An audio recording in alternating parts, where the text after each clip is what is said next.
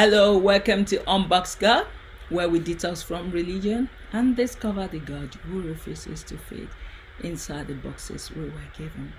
I'm Tolu Sarah Johnson, and here we explore who God really is, beyond fear, beyond formulas, and beyond everything we were taught to perform. If you're hungry for a real relationship with Him, you are in the right place. Let's dive in. So this is going to be the conclusion of the last theme in my parable series, which is theme 8, preparation. So we've gone through the 15 parables that is covered, and this now comes to the conclusion when the master returns. The book began with a wake-up call.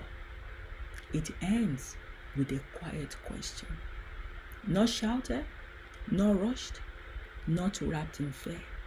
A question asked only after everything else has been said. What will be found when the waiting is over? Jesus did not teach preparation to frighten his followers. He taught it to steady them, to move them from assumption to alignment, from passiveness to action,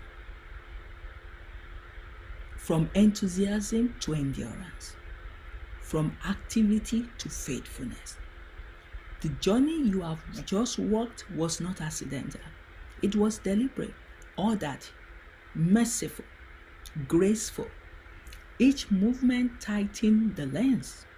Each parable narrowed illusion. Each step prepared the heart for clarity. And we've gone through 6 movements. Movement 1, the wake-up call. Awareness before anything else. Jesus began by waking his servants, not because they were rebellious, but because they were comforted. Sleep was the danger. Assumption was the threat. Before responsibility could be given, awareness had to be restored, because no one prepares well who is not awake to reality. Movement 2, counting the cost. Decision replaces emotion. Once awake, Jesus refused shallow following. He interrupted impulse. He confronted enthusiasm without endurance. Preparation required choice. Eyes opened, cost counted, control released. Following him was never accidental.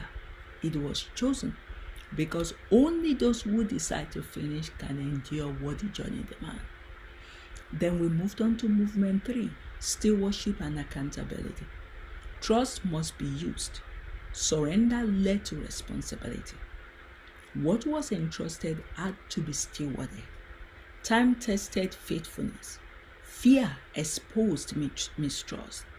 Preparation was no longer theoretical, it became measurable. What was done with trust revealed what kind of servant existed all along. Then we moved on to movement 4, missed opportunity. Grace as a window. Here Jesus spoke soberly.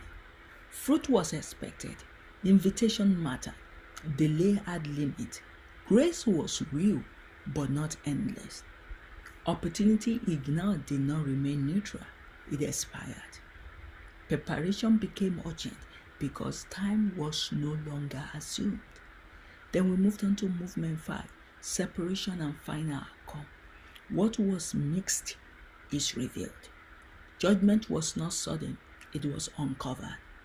Wheat and tears, good fish and bad, sheep and goats. Similarity lasted only for a season. Time revealed truth, and after that, reversal was no longer possible. Preparation belonged to life, outcome belongs to eternity.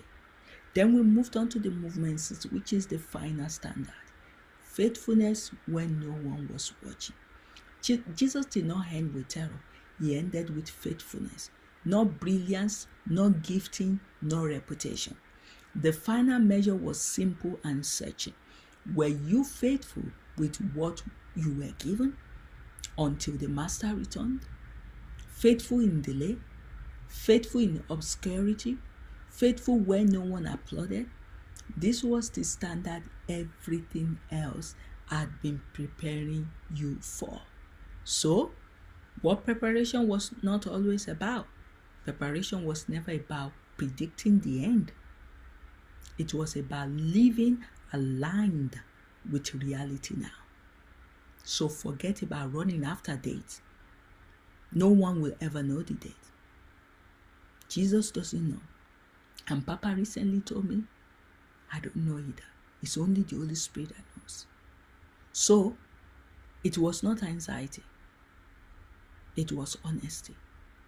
Not fear of judgment, but readiness for truth. Because judgment does not surprise the prepared. It confirms what has already been lived. Do you want me to repeat this? Preparation was never about predicting the end. It was about living aligned with reality now. It was not anxiety. It was honesty. Not fear of judgment, but readiness for truth. Because judgment does not surprise the prepared. It confirms what has already been lived. So, Jesus did not tell this parable to push people away. He told them to draw his followers closer to clarity, closer to responsibility, closer to love, closer to faithfulness. So the book does not end with a warning shouted from a distance. It ends with an invitation spoken quietly. Live awake. Choose deliberately. Steward faithfully. Respond where there is time. Love genuinely. Remain faithful until he returns. Because preparation does not begin at judgment. It begins the moment truth is heard and no longer avoided. And when the master comes, the prepared servant will not need to explain their life. Their life will already be the answer. I hope you've been blessed by this book. God bless.